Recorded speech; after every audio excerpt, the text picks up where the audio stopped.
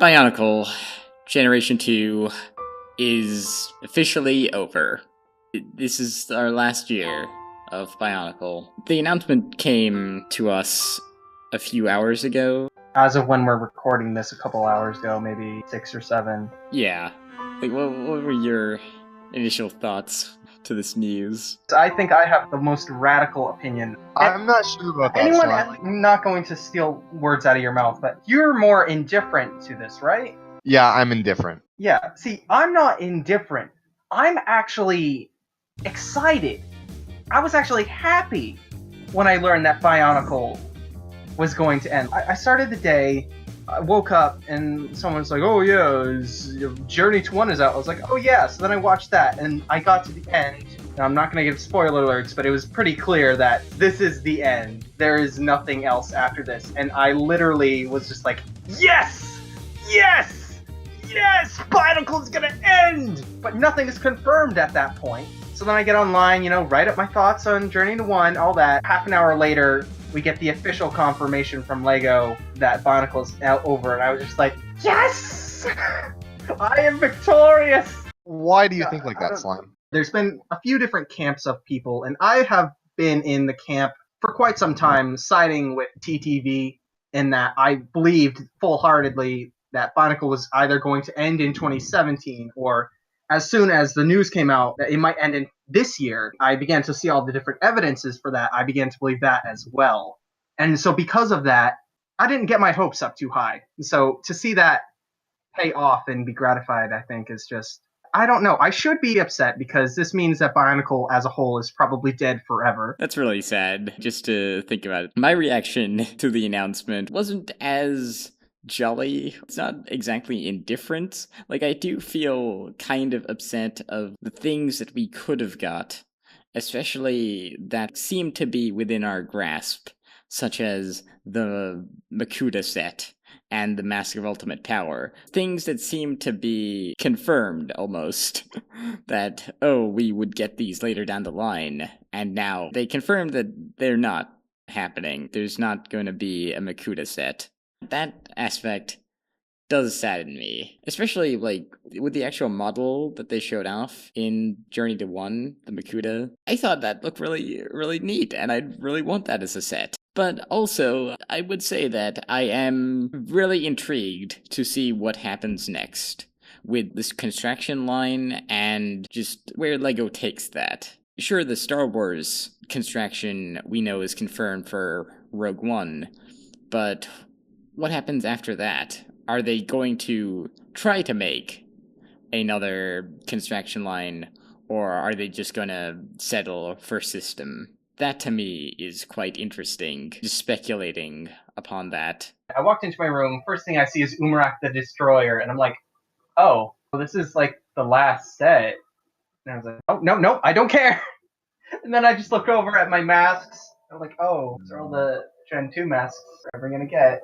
The more I think about it, the more I do start to feel a little bit saddened by it. Me, I'm not quite like you, Slime. Like you mentioned earlier, I'm basically indifferent. G2 never really grabbed me like I think it grabbed other people. At this point, like say I got a lot of the 2016 sets. They're actually really nicely designed looking back on it. But for me, they're really just parts packs because the way that I see Bionicle now is kind of an outlet for my own creativity. And I've been buying up huge lots of G1 parts for years now, even though G1's been ended for like 6 years now. The ending of the line, the fact that the line is actually produced by LEGO on shelves, doesn't impact the fact that I'm going to use the pieces to mock with either way. And so for me, the end of G2 is just like, I'm sad that some of the possibilities of sets that we could have gotten in the future, especially if it would have gone for a full 3 years, haven't happened yet. But at the same time, I don't really like where the sets were going overall. I really do not like a lot of the new crystal pieces that they introduced in 2016. That's just my personal opinion. And I don't know, I just don't know as a mocker how much was left in kind of the whole Bionicle theme in terms of what parts they could have come up with, what recolors. I was never really attached to it, so I'm not really sad to see it go. If anything, I'm almost like happier that we're going to be seeing the summer sets probably on clearance sooner, so I can get those, at least a couple of those parts for mocking. That's just how coldly I'm looking at this. It's like, it's dead. I get to ransack its corpse for mocking parts. Yeah, I'm pretty much in the same boat. I think I like the G2 sets a little bit better than you do. I like to build them and display them because I think honestly they are some of the best Bionicle sets we've gotten. That being said, I never gave two craps about the story. It never drew me in at all. I think Lego made two big mistakes with G2. I think they brought it back too early. I think if they'd given a few more years for fans of G1 to get a little bit older and have more income and possibly their own kids, they would want to introduce a Bionicle. I think that probably would have helped sales quite a bit. Because think about it, I'm one of the oldest G1 fans, and I'm not really old enough to have a high paying job yet. I wouldn't Um, say you're one of the oldest. I know G1 fans who are older than you. Maybe not part of our community. There are a few fans who are older than I am, but I'm in the oldest large group of In fans. terms of fans that like really grew up with the original 2001 sets. Right. So Um, so they're trying to throw back to the original series. That's not really working because primary people who are buying it are mid to early 20s, and that's not really where you're in a position where, oh, you're going to buy all these things because they remind you of your childhood, because you're like paying for other stuff like cars and like college. Lego's other big mistake was making G2 targeted at too young of an audience. Remember those leaked production documents from 2014 that said they were aiming at 5 to 7 year olds? That seems to be true from what we've seen of G2 media, and that's definitely a slightly lower age range than they were going for with G1. They limited the broadness of Bionicle's appeal by making it really kiddie with Exactly. So they're G2. trying to appeal to the older AFOL crowd, but then at the same time they're trying to be kid friendly. So it's too difficult Yeah. for the kids to understand, but it's too stupid for the adults to like. I wouldn't even say it's too difficult for the kids. I'd say it's like too, well, I don't really want to say babyish, but it kind of is too babyish for like, an 8 or a 9 year old. Yeah, it's a little bit too simple, and that's kind of related to you, John. I feel like my biggest problem with G1 is the fact that it's kind of kiddish, but it's more than that because I think that we're in a position as moderators because of the fact that we browse the boards so much. I don't know if you guys have the similar sentiment to me, but I feel like I'm just burned out on Bionicle G2 because we've seen so much of the same stuff over and over again, and it's not like interesting enough. It's not complex enough to kind of like keep our Yeah. attention, and to like continuously give us stuff to chew on. It's just for me, I really feel burned out. That's the only word I have for it, and that's partly why I'm not really sad to see it go.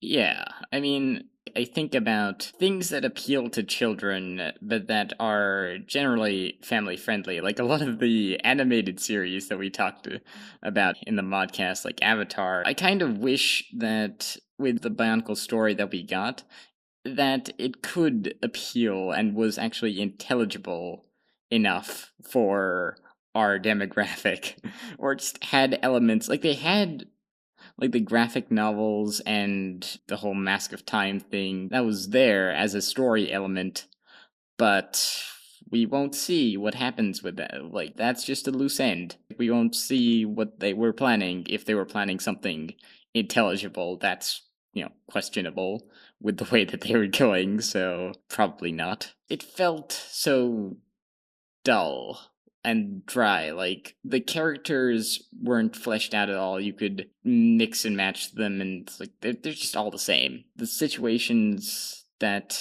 they get into are just not very interesting. They're rehashing the story twice from the original, like just collecting the masks over and over.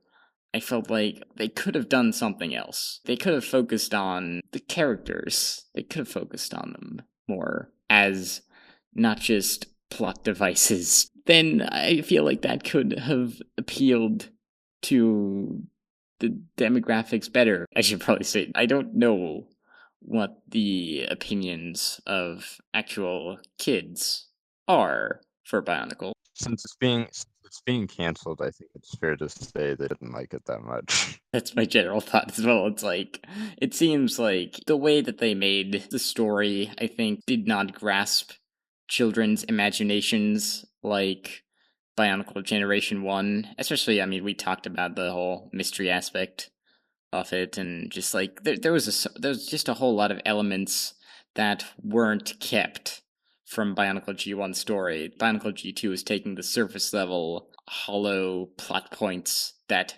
Gen 1 had, and just making that without any of the rich, like, character development moments. It feels There like was all those reboot movies that are coming out, like Ghostbusters and Star Trek and Total Recall and whatever else there's been in the last few years. It's trying to recapture the magic of the original, but completely failing. all the mystery that Gen 2 had that it was building up to, like, oh, where did the Toa come from? What is Makuta's ultimate goal? And like, nope, we're not going to get any of that now. We don't need that. That part kind of makes me a little bit upset now that I think about that. Here's the thing about Gen 1. You can say that it was a little over convoluted, but there's like essentially the big mystery and the big reveal moment of Makuta waking up and taking control of the Manui robot. And so it's the double whammy of, whoa, they're all inside a giant robot, and whoa, Makuta just took over that. And it's like, okay, this is cool. But like, we're not getting any of that with Gen 2. I love the animation style for the 2015 animations. I really like the art style that Journey to One has. But both of the issues that those series have come from the writing and the direction that they head in. Going back to the whole like relation to kids, what about Bionicle Generation 2 is going to make a kid? Okay, so let's say you're like 8 years old, your parents let you buy a set every once in a while or whatever. You've been like into Ninjago, maybe a little bit into Chima, probably some city stuff, all of that. What about Gen 2 is going to draw a kid in? Yeah, the sets themselves are really well made, especially the first ones, but anything else, it's really not much. If I was a kid back then, I would look at that and say, is that Lego? I don't really know that that's Lego. It doesn't look like bricks. I'm going to stick to my bricks. Because, like, unless you've been getting Hero Factory. Well, to be fair, Bionicle and contraction in general has always been marketed a little bit at people who don't necessarily play with traditional Lego bricks. I felt it could have been marketed better. Such a controversial opinion there. Like, Bionicle Gen 2 was handled poorly as far as advertisement. Whoa, scary opinion there. It could have been great, but it wasn't. Yeah, so this was our initial thoughts on the end of Bionicle. Today, on July 29th, 2016,